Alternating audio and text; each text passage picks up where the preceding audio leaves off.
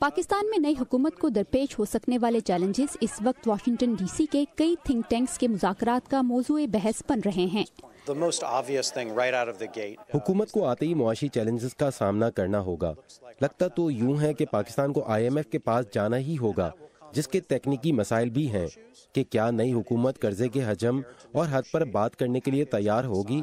और सबसे बड़ा चैलेंज इसका सियासी पहलू है, क्योंकि ये पैकेज कुछ शराइत के साथ दिया जाएगा जो मुमकिना तौर पर उन लोगों के लिए काबिल कबूल ना हो जिन्होंने इमरान खान को वोट दिया।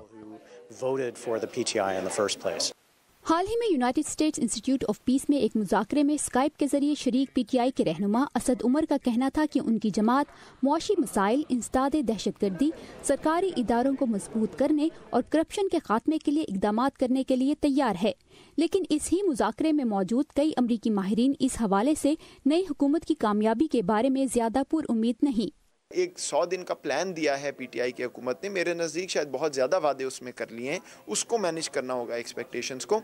तो मेरे नज़दीक उनकी जो लेगेसी है और जो लोग जो जज करेंगे उनको, वो करप्शन के इशू पे करेंगे। ताहम तज्ज़ियाकार डैनियल मार्की इस सूरत हाल में आने वाली हुकूमत के लिए उम्मीद की किरण भी देखते हैं।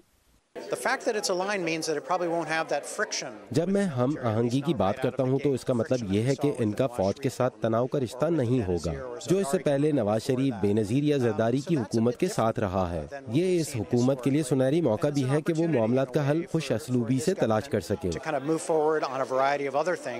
दूसरी जानिब पाक अमरीका ताल्लुकात के माहिर मोईद यूसुफ की राय में अमरीकी हुकाम पाकिस्तान के हकीकी मसाइल से अनजान हैं। अमरीका में जो बहस है पाकिस्तान पे, वो मुझे लगता है उसका कोई ताल्लुक पाकिस्तान से नहीं है। वो बहस सिर्फ एक नुक्ते पे है और वो है अफगानिस्तान और तालिबान के मामले पे। लेकिन जब आप पाकिस्तान में बात करते हैं, वहाँ पे जो बहस है वो डोमेस्टिक इशूज़ पे है। वहाँ पे बहस ये है कि इकॉनमी को किस तरह दुरुस्त करना है। अब ये बात दुरुस्त है कि उसका जो है ताना बाना जाके मिलता है पाकिस्तान की खारजा पॉलिसी से, पाकिस्तान की इंप्रेशन से।